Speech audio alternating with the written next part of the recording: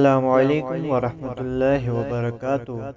تمام دیکھنے اور سننے والوں کو خوش آمدید۔ قبر کی پہلی رات کا منظر۔ قبر کی پہلی رات کا منظر کیسا ہوگا؟ یہ ایک ایسا سوال ہے جس کی تلاش میں ہر دوسرا شخص نظر آتا ہے۔ آج ہم اس سوال کا جواب آپ کے لیے اسلامی نقطہ نظر سے لے کر حاضر ہوئے ہیں۔ اس کے علاوہ آپ کو یہ بھی بتائیں گے کہ آخر قبر انسان کو کیسے پکارتی ہے؟ کیا یہ پکار انسان کو سنائی دیتی ہے؟ قبر کی پکار۔ حضرت ابو سعید خدری رضی اللہ تعالیٰ عنہ سے روایت ہے کہ سرور کائنات صلی اللہ علیہ وسلم نے فرمایا، لوگو لذتوں کو ختم کرنے والی موت کو کثرت سے یاد کیا کرو۔ قبر ہر دن اپنے مردوں سے خطاب کرتے ہوئے اعلان کرتی ہے، میں غربت اور تنہائی کا گھر ہوں، مٹی اور کیڑوں کا گھر ہوں۔ جب مومن کو دفن کیا جاتا ہے تو قبر اسے مرحبا کہتے ہوئے خوشخبری سناتی ہے کہ میری پشت پہ چلنے والوں میں تو مجھے بڑا محبوب تھا، آج میں تیری ہو گئی اور تو میری طرف آ گیا، تو اب میرے احسان کو دیکھ لے گا۔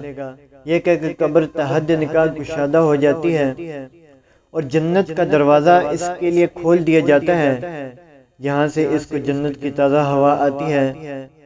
حضرت ابو ہریرہ رضی اللہ تعالی عنہ کا بیان ہے کہ رسول اللہ صلی اللہ علیہ وسلم ایک جنازے میں شریک ہوئے، پھر فرمایا، میں بھی آپ صلی اللہ علیہ وسلم کے ہمراہ تھا۔ آپ صلی اللہ علیہ وسلم ایک قبر کے پاس بیٹھ گئے اور فرمایا، یہ قبر ہر دن بآواز بلند کہتی ہے، اے آدم کے اولاد، تو کیوں مجھے بھول گیا؟ کیا تجھے معلوم نہیں کہ میں تنہائی کا گھر ہوں، غربت کا گھر، وحشت کا گھر، کیڑے مکوڑوں کا گھر ہوں؟ میں بہت تنگ گھر ہوں، مگر اللہ جس کے لیے کشادگی کا حکم فرمائے گا اس کے لیے کشادہ ہو جاؤں گی۔ اس کے بعد آپ صلی اللہ علیہ وسلم نے فرمایا، اے قبر، تو یا تو جنت کا چمن ہے یا پھر آگ کا ایک تندور۔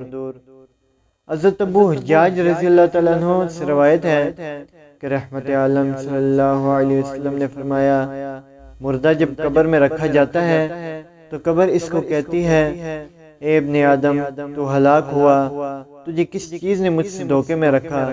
کیا تجھے معلوم نہ تھا کہ میں فتنہ، تاریکی اور کیڑوں مکوڑوں کا گھر ہوں؟ تجھے کس چیز نے مجھ سے بہکا کر نڈر کر دیا اور تو میری پشت پر خوب اکڑ کے چلتا تھا؟ اگر وہ مردہ نیک ہوتا تو اس کی طرف سے قبر کو جواب دینے والے جواب دیتے، اے قبر، تو دیکھ تو صحیح اس کے اعمال کیسے ہیں، یہ اچھائی اختیار کرتا تھا اور برائی سے باز رہتا تھا۔